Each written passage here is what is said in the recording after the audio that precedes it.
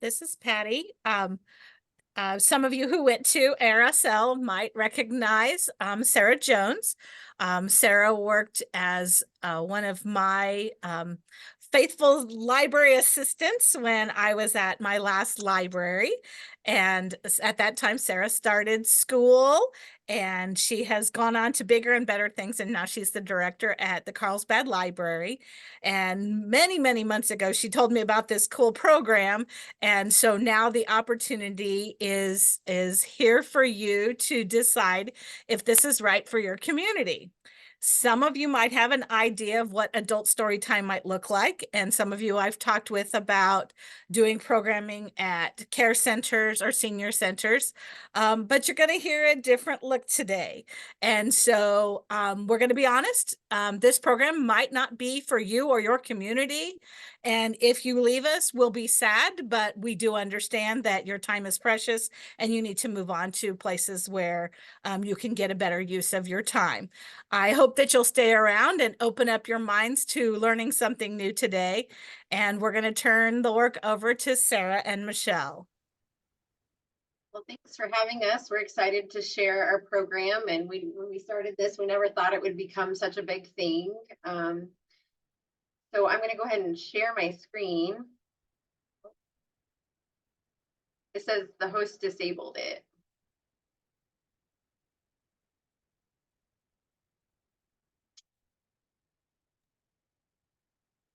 We had a few little glitches today, so bear with us. Give it a try now, Sometimes Sarah. we can't find the right link.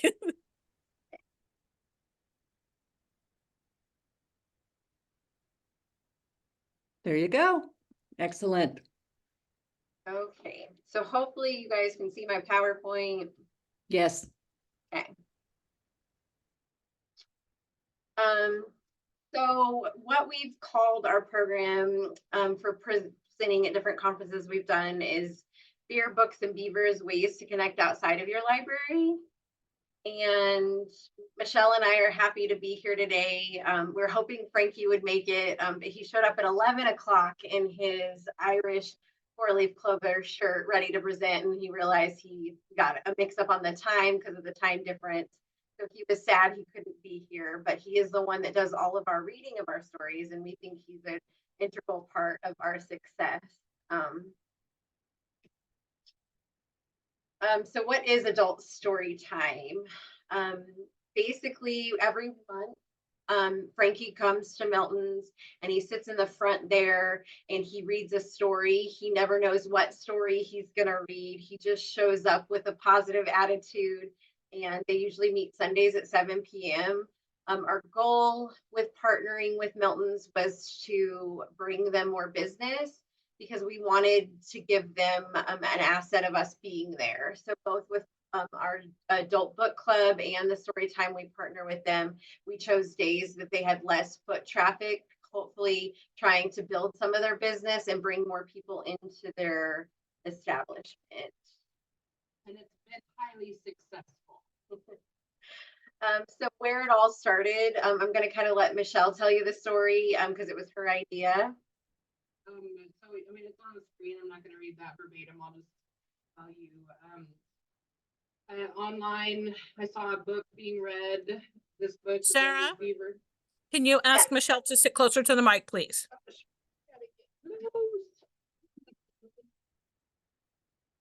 Okay, can you hear me better?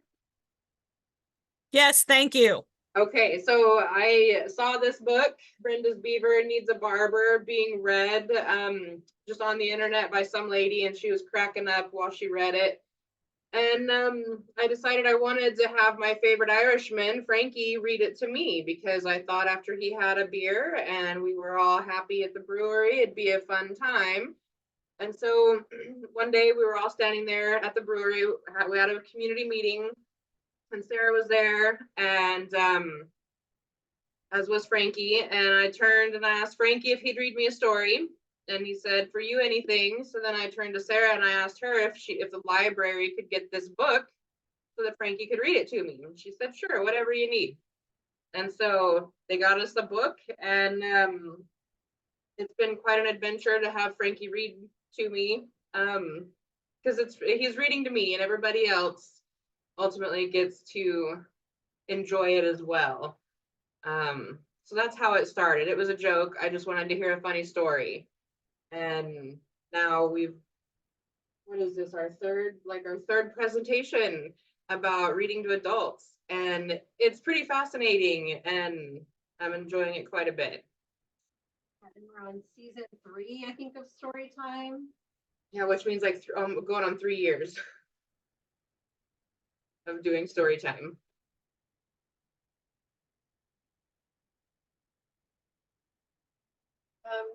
So basically, we don't think people will necessarily duplicate our program verbatim because we think it kind of fits your community and your community needs.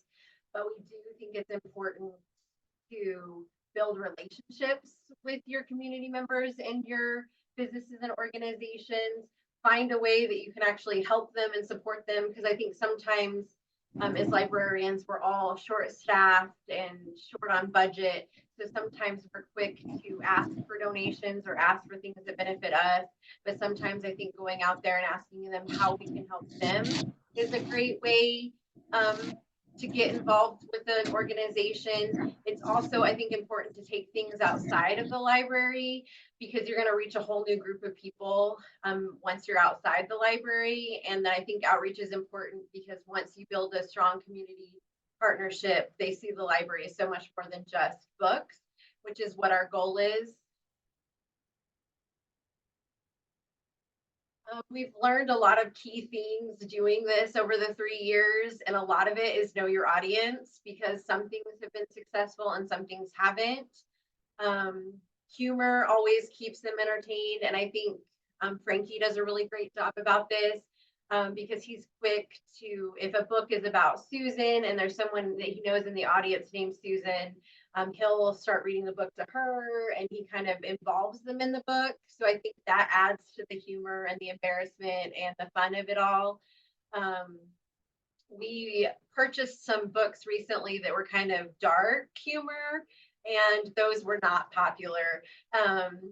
And some of them didn't have a very good ending. And so Frankie doesn't like reading those. So sometimes he'll just throw the book down because he's like, it didn't give him an ending. We also try to find books that are relatable to our area. Those have been big hits. And then we also do themed holidays, like the picture on the screen, you see Mother's Day. We did some targeted books for the moms to make it more targeted at them. So, and I will say, I mean, in general, every single book that we read has a lot of innuendo to it. And that is what keeps people coming back, is they want to hear this book that some of them could be read to a child and you couldn't tell the difference at all. Specifically, the series from Reach Around Books with Brenda's Beaver Needs a Barber. All of these books could be read to a kid and you wouldn't have any idea of it being anything other than a little beaver that needs a haircut. You know, but as adults in general, sometimes we understand that beaver has a second connotation. And so that one needs a haircut. But yes, knowing the audience, books are all very inappropriate ultimately, and quite funny. Yeah, my staff, when we first bought Brenda, my children's librarian, got really upset because she said it was inappropriate. And she wanted to know why I would purchase a book for a patron that they requested it. And I said, well, that's what we do. People request books and I buy them. I didn't ask why. And we kind of talked about censorship and what censorship is. So we did buy all the books. Currently, all the books we use for Storytime is in a collection that's housed at Milton's. So people, I think that's helped with some of the people that were reserved or worried about inappropriateness, them actually living at the brewery. Kind of took their mind off of it, because we're like, if a child finds it at the brewery, there might be other issues that we need to look at too. But our literacy in Eddy County, 1 in 3 adults read at or below a 3rd grade reading level. We're last in the country when it comes to literacy in New Mexico and education. So a lot of this too is to build literacy and put books into people's hands. And sometimes when adults are laughing and having a good time, it's not about their literacy skills, it actually engages them. So that's also a piece that we've been trying to sell people on.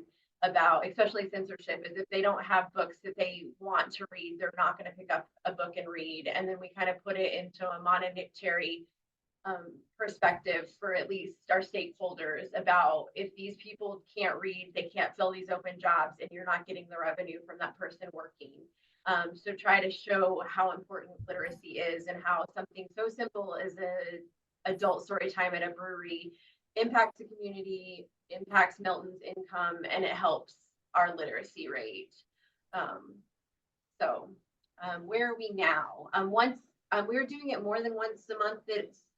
When we began. When we first started, we read a couple, because I worked every Sunday, and so I'd have Frankie come read to me at least twice a month. And then we realized that it was becoming something people wanted to be there for, and we had to adapt what we did. So we changed from doing it whenever we wanted to doing it once a month, and made it a little more structured. And then people started wanting to tip Frankie for reading, and he's like, no, I don't take money. But then he's like, maybe we should take money, and what are we going to do with that money? Who can we give it to? And so he asked Sarah, is there a program at the library that we can donate to? Well, technically no, because it's a city-run library, but they have a Friends program. So we were able to donate money to the Friends of the Carlsbad Public Library for use in adult literacy programming. And last year, I think it was close to $4,000 that we donated from the course of the year to fund programs. Yeah, and this year we're just in March. You haven't done March Storytime yet, We have had, you? nope, it's So on Sunday. for January and February, you've made close to 600 so far this year. So people believe in it, they donate to it. So really the program funds itself and then some. So we also expanded the content because we needed more stories. So we've bought some different stuff. We also discovered that we could also do stuff more like a traditional story time, because we hadn't been counting numbers. And then when I started applying for grants and doing some of these speaking engagements, we realized, why aren't we counting the numbers? Like, we're librarians, we count all the other numbers. Like, why aren't we doing it for this? So we started counting the numbers to get some of those. And we decided recently this year we've added coloring, and it's been so popular that we just got 5 more sets of color pencils, because the adults love coloring while they listen to the story times. So we've added some more traditional story time elements to it. And some of the coloring pages are suggestive, some of them are just fun. So it just kind of depends on what the person's looking for. And honestly, one of the ladies that goes to this story time, she also joined my book club, and she didn't even have a library card, and she since signed up for a library card to support the library. And at the last meeting, she was coloring this page, and she was like, we're going to make these into bookmark, and we're going to give everybody a book club one of these. So it's become this whole movement that people are engaged. And these are Milton's loyal customers that are now library patrons because of adult story time. So it was a great way for us to tap into people that weren't even coming into our doors, because they're like, well, I love reading, but I buy Kindles. Why do I need the library? So it was a chance to kind of start a conversation about, like, yes, you love reading, but the library can support you in so many other ways. So save your money for Milton's and beer, and I'll buy your books for you. So we kind of already talked about our literacy rate. So this is a great way to support that. And we've been able to find local grants. So we've brought in a lot of money. So on top of donations, everything we spend not only supports Storytime tenfold, it also goes to other initiatives that we're trying to work on and support. It helps us get an ALA Transform grant, and that is going to help us support some prison initiatives and help with that. So this program has also been able to build partnerships and just show some of these granting agencies that we have community members that are invested in literacy and supporting the library, which has found us support because it's created benefits for both us and Milton's. So it's important that you know your community and who you can work with and how you can support them, because this isn't the only community partnership I've tried to build. And some of them just don't work out because they're just not the right person. But I think Michelle and Frankie are the right person because, you know, they show up on a Tuesday ready an hour early to present just to support me. Michelle and Frankie both went to Albuquerque when we presented, and they did that on their own dime. They unfortunately couldn't make it to Kansas when we presented, but it was an online component, so it worked out well. But so find people that will support you and show up when you need them to show up. You know, we do it in the brewery, but it can be done anywhere, and it doesn't have to be with books that have innuendo. It can be a book club, and you can read a chapter a month. You know, I mean, there's so many ways you could adapt it. And different places you could go. Something we've also worked on is having multiple copies of the book. Like we want to have one in Frankie's hands reading it, and then a book that can float around so people can look at it as well. So then they can get that visual and the kinetic and audio learning, you know, make it all come together that way. Yeah, exactly. Yeah. So we've learned a lot across the process. It wasn't a success overnight. So be patient with something, find a way to make them laugh. Like I said, we gained new library patrons, but we connected people in the community. So like Michelle said, like you could do a coffee shop and read just fun kids picture books, because who doesn't love like The Day the Crayons Quit, or something like of that nature, or nursing homes, or there's ways that you can take this idea and be creative with stuff that you probably are already doing on a day-to-day basis, that benefits the library and community members. So basically just build relationships, make sure you're helping somebody else. Outreach is important, even if it seems overwhelming, and find new ways to reach your adult community, because, you know, being an adult's hard, and sometimes just laughing on a Sunday to a silly book while coloring is the best way to spend your day. And a stress reliever too. We've had some of the adult men just be like, man, this coloring has really made me feel better about life. So sometimes even that's just a win. Here's our contact information if you guys want to reach out to us and you've got more questions that come up after the webinar. And we've got some time to show you books or answer questions. So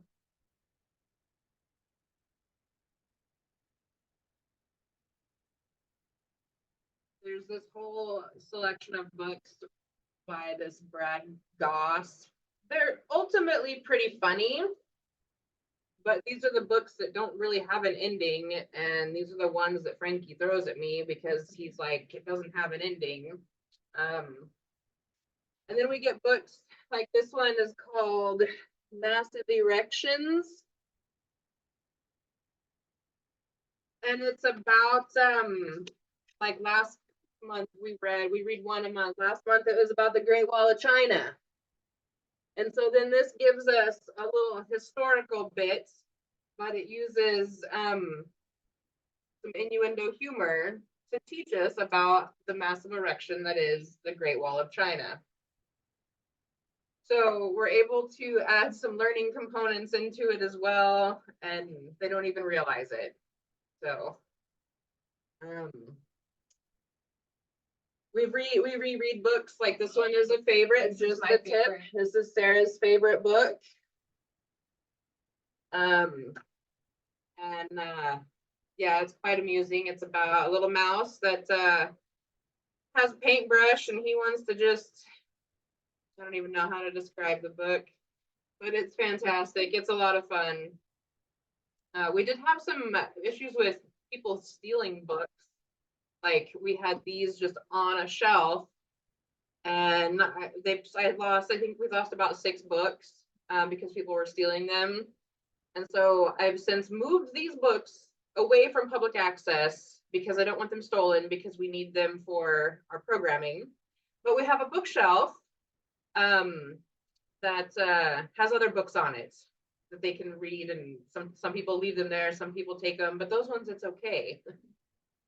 Sarah gave me a great perspective of it too. I was upset that they stole the books, and she's like, you know, we can always buy more books. At least they took them home and there's books in people's hands.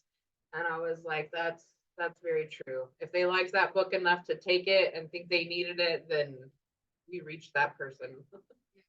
We've used the phrase, that's the cost of doing business in a library. Sometimes you're gonna lose them, but it went to the right place at the right time. Well, and the beauty of this program too is I do very little work for this program. So most Sundays I don't even show up. I bought books. I buy the crayons or Crayolas or some supplies occasionally, but for the most part, Michelle and Frankie do their thing. Occasionally, maybe once a season, I'll show up and I thank everyone and I smile and I accept a really big check and we take pictures and then I go home, and usually someone will buy me a beer when I'm off the clock, and so it's worth it. So I think as librarians too, that time is something that we don't have enough of. And so if you can get a community partnership where you're getting numbers and this kind of feel good stuff and you don't have to put much work and effort into it, it's fantastic. So one of the reasons why it works so well for us is I'm at Milton's Brewing. I'm the events coordinator there, and it's my job to have events at the brewery, and Sundays were notoriously slow, and it just worked out at some point that this became a Sunday event. It's always on Sunday. It's always at 7 p.m. because we close at 8. That way people can't come and get all wild. It's like you're getting a story, it's last call, and I'll go home and go to bed. And like we said earlier, it takes a lot of time to build it, but it was worth it. I don't know, I got sidetracked. I watched that some message on there and I want to read it. But so it was an event that I created, we did it and everybody agreed and it worked out.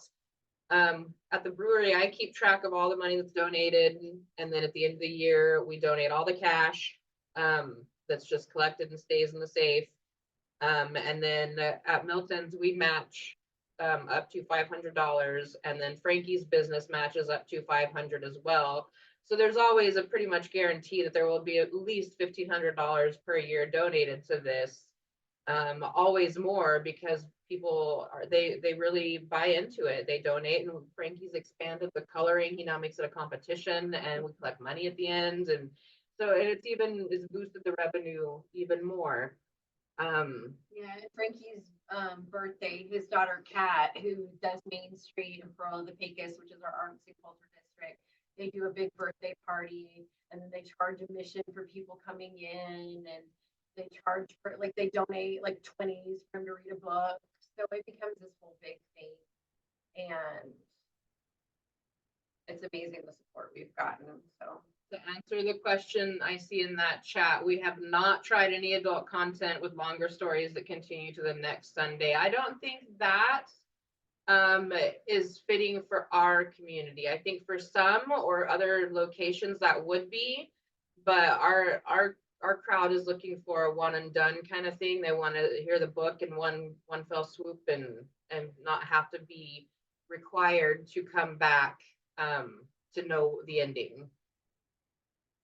Yeah, but we do a dial a story. We started that in the pandemic, where people can call a phone number and listen to stories, and people will call in to listen to the chapter reading each month. So it could be something that would be successful in your community.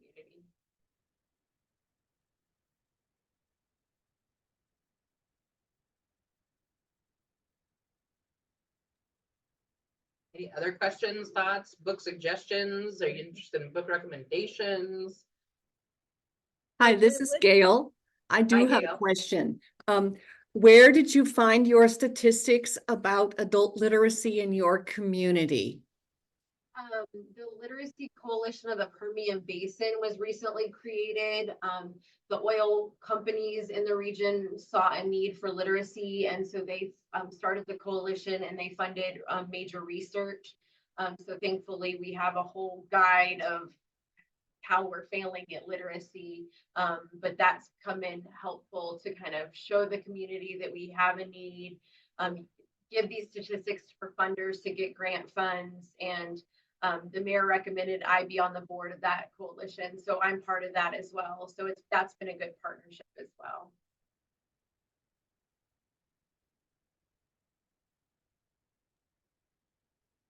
We would be Yes, interested in a book list. As a just an FYI, the Central Kansas Library System Youth Services Collection, which is also the programming collection, has bought the first 10 by Reach Around. Is that right? We've bought the first 10 in Reach Around. Yes, that's it. So that's these books. There's 10 books in this series, and this is going to be what I'm going to recommend. If you want the innuendo books, start here.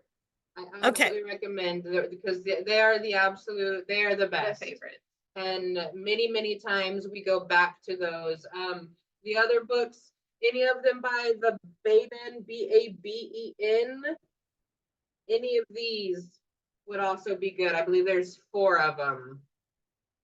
And I found those on the internet and watched people read those as well.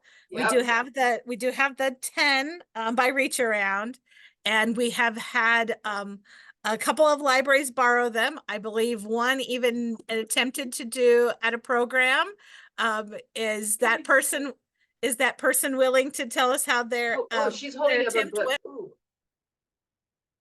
What is that? Oh, Peter pitched a tent. It's a good one. Come swing with us. Ooh, that's a funny one.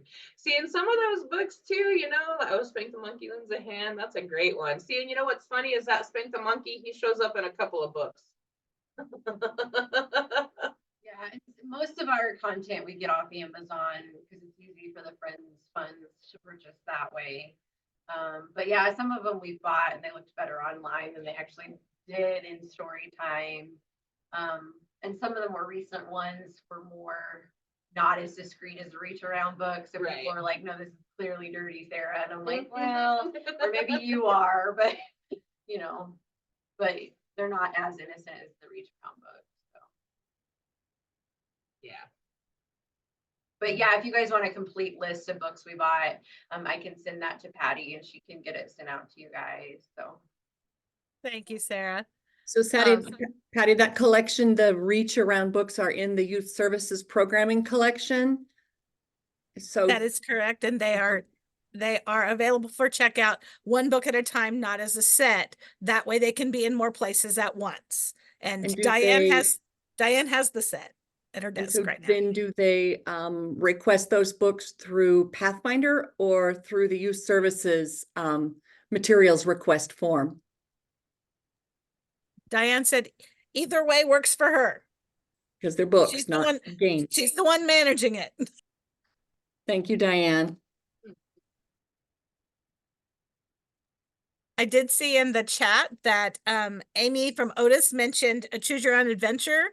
As we're leading into an adventure themed summer library, just to let you know that Choose Your Own Adventure book clubs are a thing.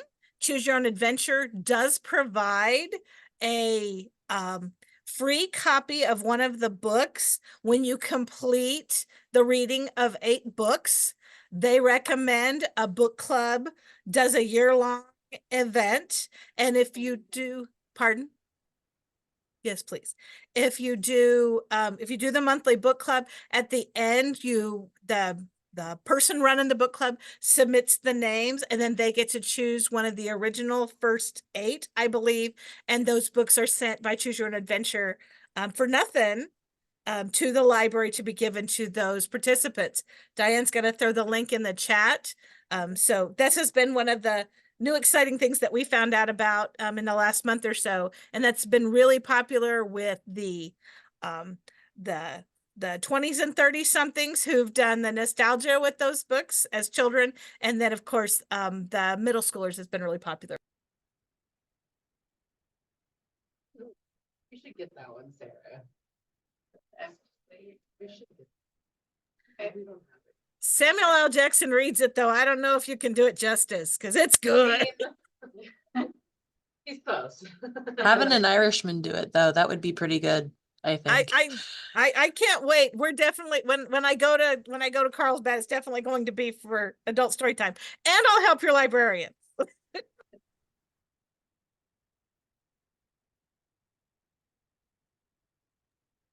What other questions do you have? Or does anybody want to talk about, does any CK library want to talk about their experience or what they might do with this type of program?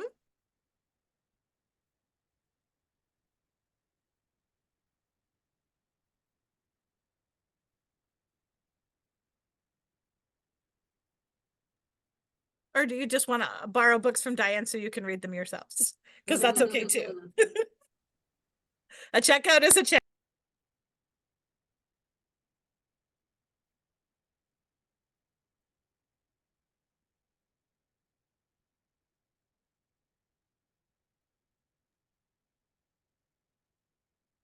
This is the quietest this bunch has ever been, Miss Sarah. I think you two have given them something to think about today. Well, Betty just asked a question. The very first one, Brenda's Beaver Needs a Barber, was originally put in the children's collection, and it was there probably for a year. But once we started expanding the collection and doing more with Milton's, and thinking about like the adult literacy component, we moved them all to Milton's, and we bought Milton's a bookshelf, and we got them other books. And so in the catalog, it comes up and it'll say, you know, Milton's Brewery is the location for it. So now all of the books are housed in Milton's. So Have you had any requests for them to have copies at your library to check out? no, because I think Milton's, because I don't know that a lot of our regular patrons participate in this. Because a lot of the people that come to the library are readers, and so at Milton's, I think they just look at them. So I think getting a second copy and having multiple copies for them is what they've liked. So they don't really worry about checking them out. As a librarian, one of the things you often have to make a decision about a book that could go here or there is, where am I going to put this so that it would see the most use? And in your instance, it's off-site, but it is seeing more use than it would see in the library. And that's great to see that you do that. I know that sometimes you've got some narrative nonfiction, and do we put this in fiction or nonfiction, or where do we put it? And put it where your users are going to discover it and Right. use it the most.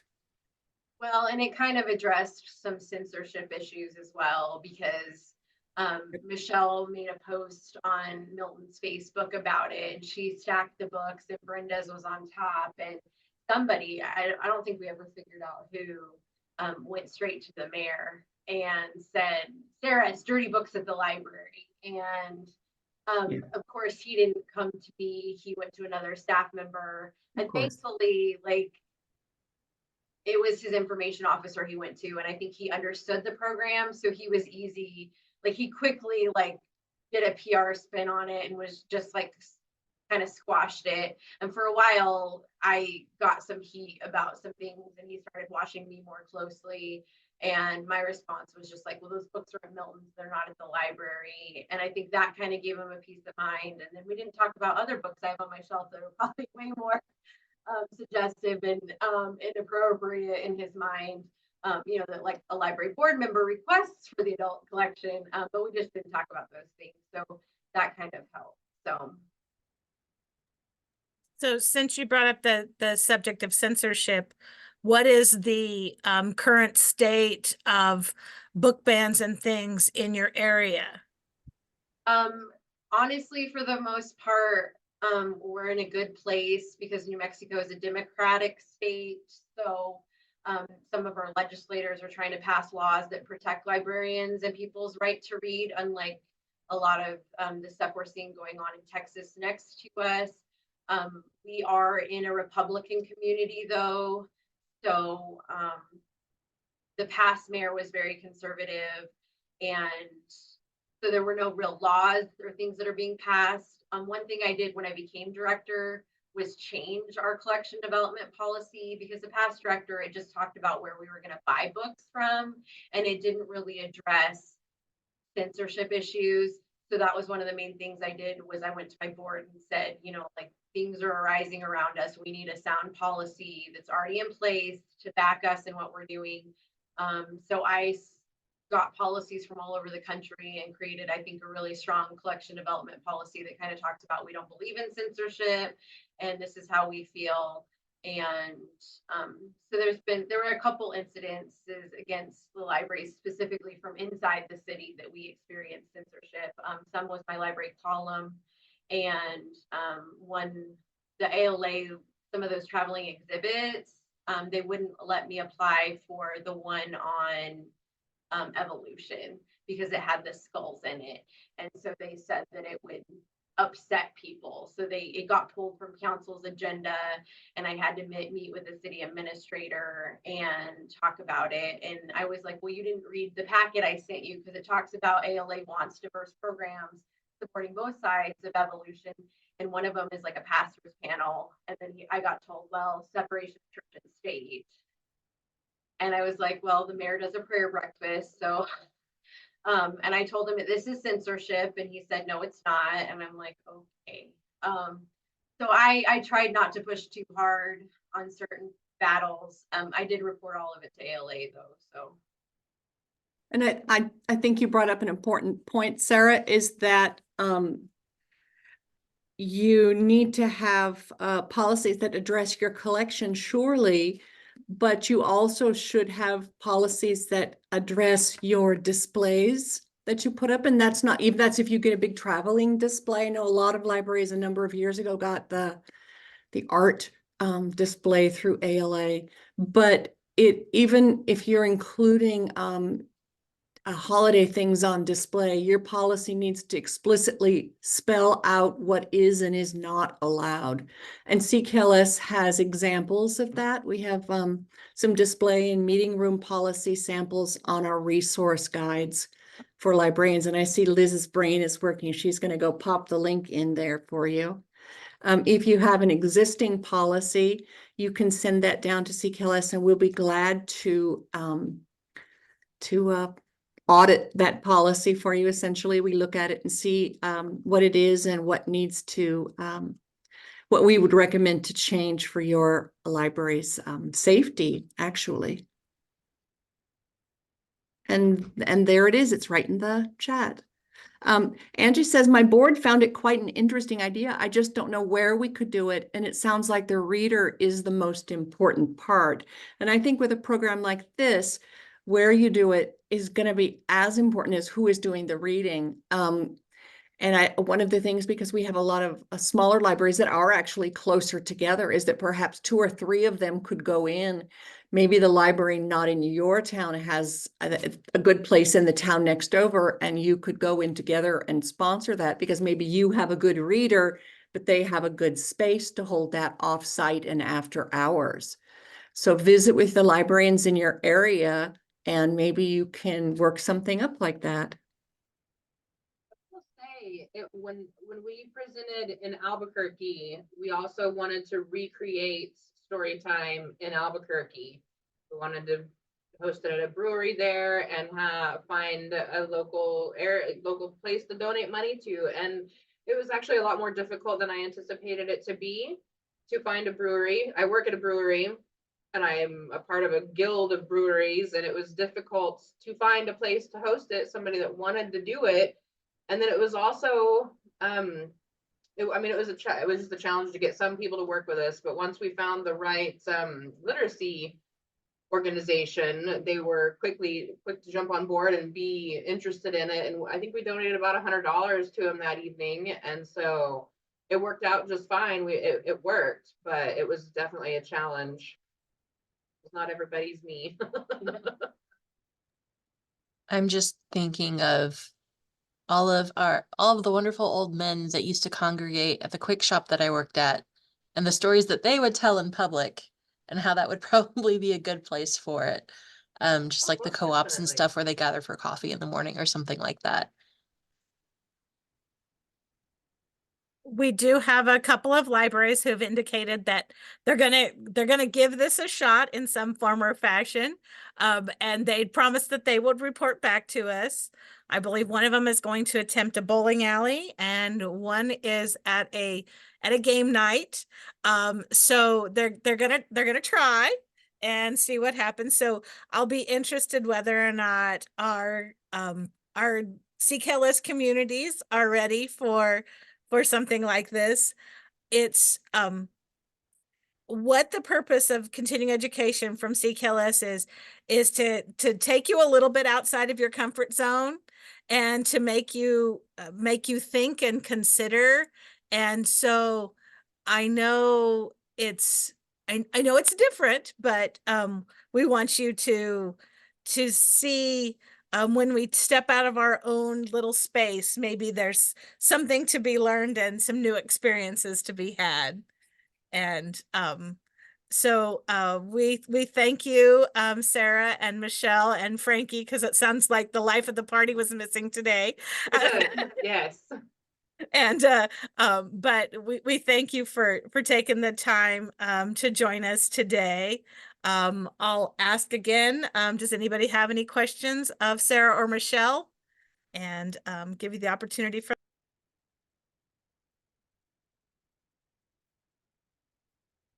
Well, those of you that are taking a chance and going to try this out, thank you for doing that. I'm excited and I hope that it works out well for you. Don't give up after the first time. Try it again. Sometimes it takes more than one time of doing it. It took probably 3 months of us to doing that before, like we started in January of one year and Sarah was at the first one. And when she came back in May to get some money, she's like, wow, this has grown. So it just takes time. Just like a regular story time. Exactly. I think Angel had her hand up.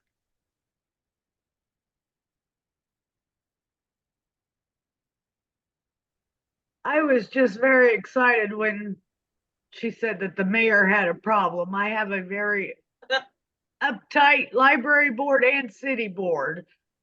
So listening to you about going through the policies really made sense to me. I don't know if I can do any better in Glasgow or not, but I'm sure going to try.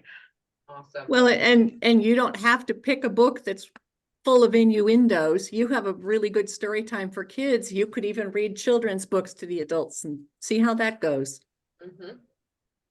I'm thinking the nursing home would like that one. Absolutely. My mother had a series of mini strokes before she finally passed away from kidney failure. And my brother and I always teased, we didn't know how my mother could ever fall asleep without a book in her hand. And while she was not able to read, she was able to look at the pictures. And when I would come and visit her, I would take picture books and I would read aloud to them. And lots of people would hang around outside the door when I was reading aloud. And it was very popular. We moved it into the commons room because they loved it. And those were just some of my favorite picture books. There is a question in chat from Amy. It says, how do you deal with any backlash and misinformation that can happen with this type of program? Well, I think part of it, Michelle and I are both active community members, and I think we build a good reputation. So I think a lot of it, like even with the mayor, to a certain degree, we didn't even have to address it because somebody else was able to step in and say, no, this isn't what she's doing. You know who Sarah is, you know that what is going on, like it's only positive things happening. So I think one is being involved in the community and having a relationship with organizations. And two, I think is just being open and transparent about things. And I think a lot is also you want to build a really strong library board, because I've got a lot of people that support me, and it's easy to go to a board meeting and say, this is what I'm doing, this is why I'm doing it, and this is the possible consequences. And then they say, well, what do you want us to do? How can we support you?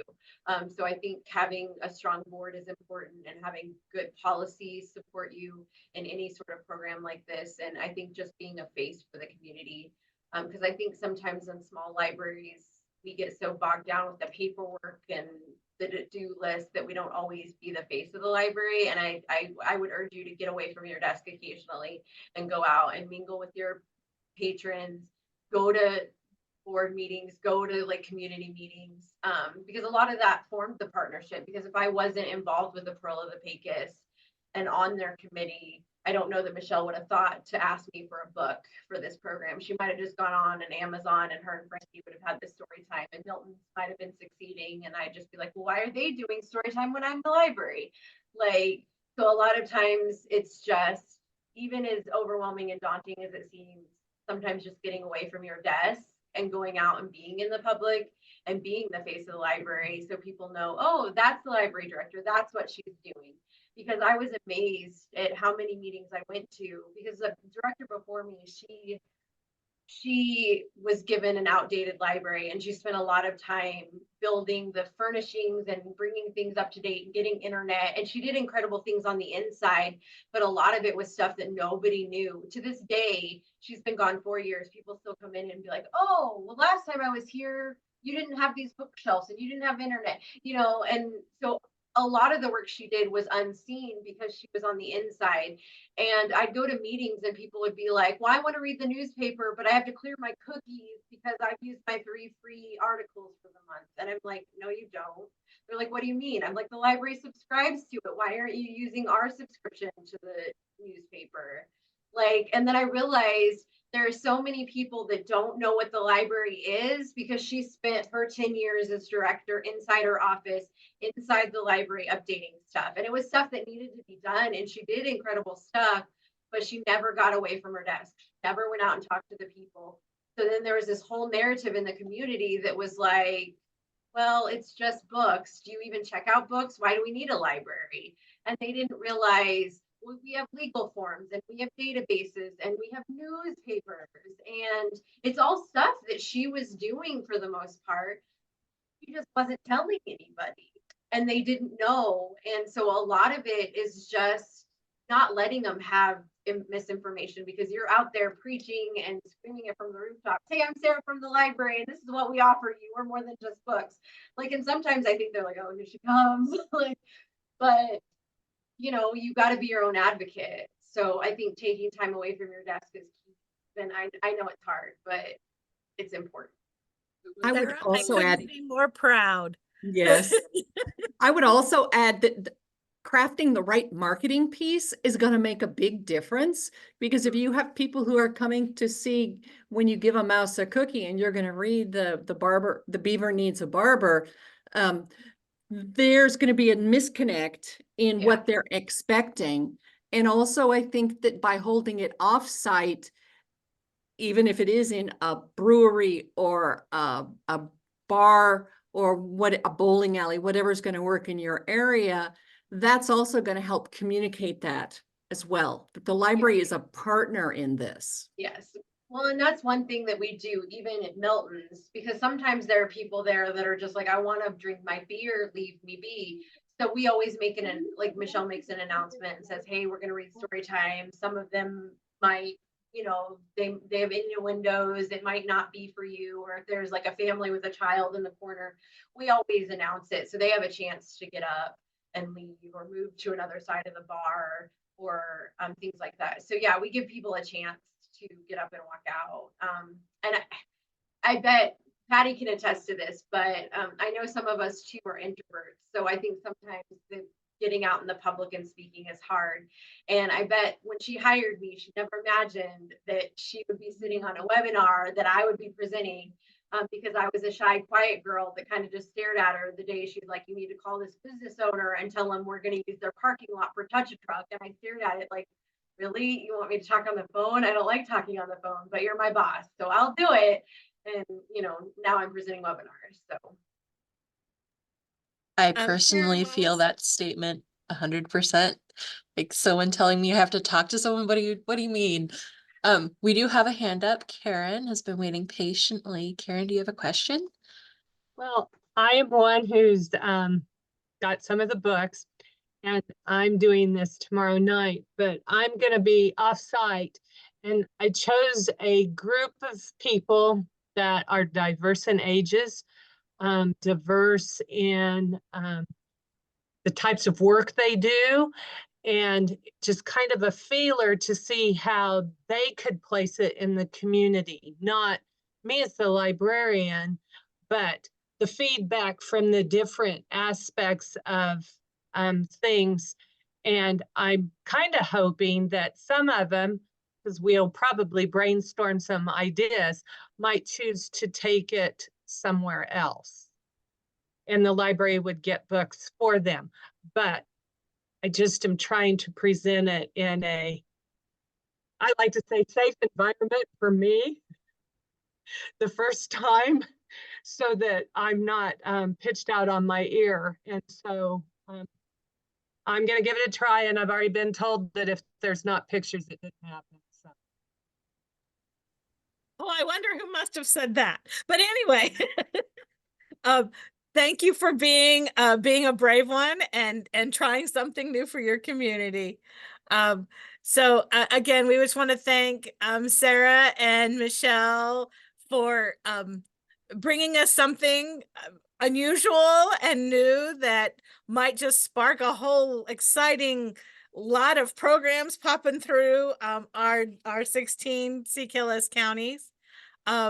This is a busy time for continuing education here at CKLS next Monday. If you want to come and hang out, Diane is doing a programming workshop. It's part 1 of our programming series, and this is the jump start. It'll take the basics, but then Diane's got some fun because she's always got fun. So we're excited for that on Monday, the 25th. And then we start the series of Explore the Questions That Matter. We have the first one will be in the Pike Valley High School in Scandia on April 17th. Then the Ellis Public Library on May the 1st, Cocker City Public Library on June 17th. And then there will be 3 more after the July break. Tech Week was pretty much planned yesterday, and Tech Week will be April 30th through May the 3rd. And we're working on a keynote as well as some CKLS content. So we're so excited about the things that we're bringing you this season. There's lots to sign up for. And then of course it is time for annual business meeting on May 22nd at Fossil Creek at the Dole Spector Center. In the morning, we will have a presentation by Kieran Hickson, who's the former president of the Association for Rural and Small Libraries and was a rural and small library gentleman before he moved to the Colorado State Library. And he's doing a program on Start With Yes for your community. And that will be in the morning. And then in the afternoon, we will do the CKLS full system board meeting. And that will be, information will be coming about that by the end of April for all of you. There we go. Did I get it all, Gail? Yes, yes. Okay. You'll have your packet by April 22nd because we have some bylaws changes. Again, we're continuing with that work. Your system plan is going to look night and day different from what it's looked like in the past. That has come down from the State Library Board. They want all of the system plans to be uniform within the next 2 years. We're one of the early adapters to that. I will go over that for you. We won't have time for a discussion, but I will orient you to the new format. Essentially nothing in the content is changing, but you'll see it when you get your hands on it. It is unfortunately a beastly huge thing. Right now it's over 40 pages. So there is that, but we're going to put the important stuff right up in the front for you. I don't know if you caught it on April 25th. There's an in-person directors meeting in Beloit as well. And I would encourage all of you to go to the CKLS CE verification form and start entering in your CE now.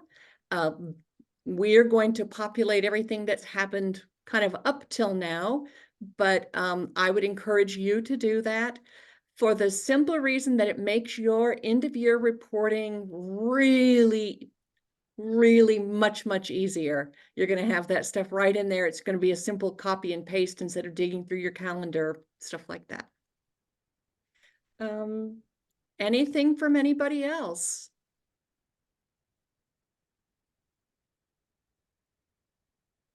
Thank you again for your time. Liz, you can stop the recording, please.